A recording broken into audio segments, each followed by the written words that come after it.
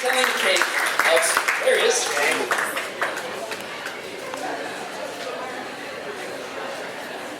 They have to list the little M's, make a steeple, and they shove it up your asshole. Tim said, as we dropped our jaws in disbelief. It's called a concho. I'd been in Japan for about 1 month at that point. I'd been hired to teach English in a small school in the rural north. I was the only foreigner in town, a local celebrity, and I could count all the other foreigners in the entire 50-mile radius on my hands. So this was the first gathering of us foreigners, us expatriates at Mizukaya.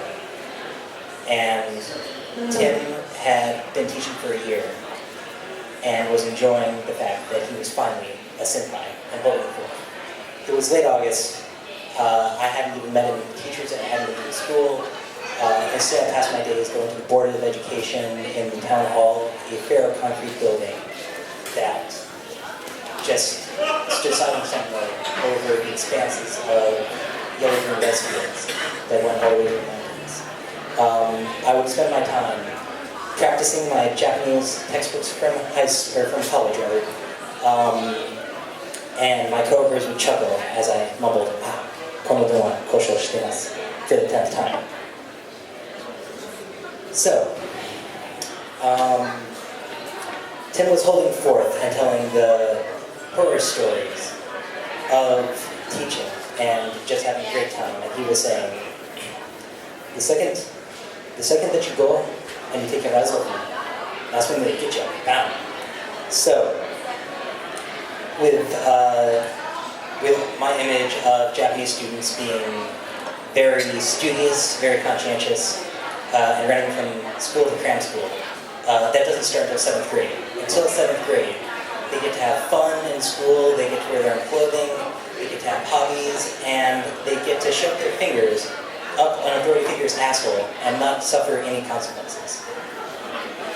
So, the whole concept of concho was just baffling to me, because it seems like the kind of game where everyone loses. The teacher loses because he gets sexually assaulted in a very public way, and the student loses because he's got his fingers up a gristle man's sphincter. But nonetheless, it's a very popular game among prepubescent boys. So, the year goes on and I start to teach, and being the only English speaker in the town, I was going to every elementary school, a new elementary school every day. And because of that, I couldn't really form a relationship with the students or even learn their names. So everyone was suspect. And I came up, taking Tim's advice, with a concho-proof strategy. Rule number 1, whenever you're in an elementary school, your ass is literally on the line. Rule number 2, perfect the wall walk. This is a method of gluing your butt to a wall and moving about to never expose yourself. Rule number 3, when the wall walk is impossible, crouch down. That makes any assailant need to get lower than you, and that gives you advanced warning. At my Tuesday elementary school, there was one little boy in 4th grade, and he just had a gleam in his eye. And I knew that he was always, whenever I was around, he was always, for lack of a better word, probing for an opening. So, finally, one day in January, he decided that time for action had come. I was walking down the hallway. All schools have the same layout. On the left side you have windows. On the right side you have cubbyholes and classrooms. I was doing my wall walk on the left side. He waves to me. I wave back. He says some English sounding gibberish. I play along and return the gibberish in chorus. He then motions for me to come toward him, and I cautiously approach. His friend on his side starts rummaging through his bag as if he has something he wants to give me. And I start to crouch down, and from the corner of my eye, I see a third student getting really low and sneaking up. The double diversion, triple conspiracy contra. This is what Alexander the Great, this is what Rommel, this is what Sun Tzu would have done had they decided to shove their fingers up someone's asshole.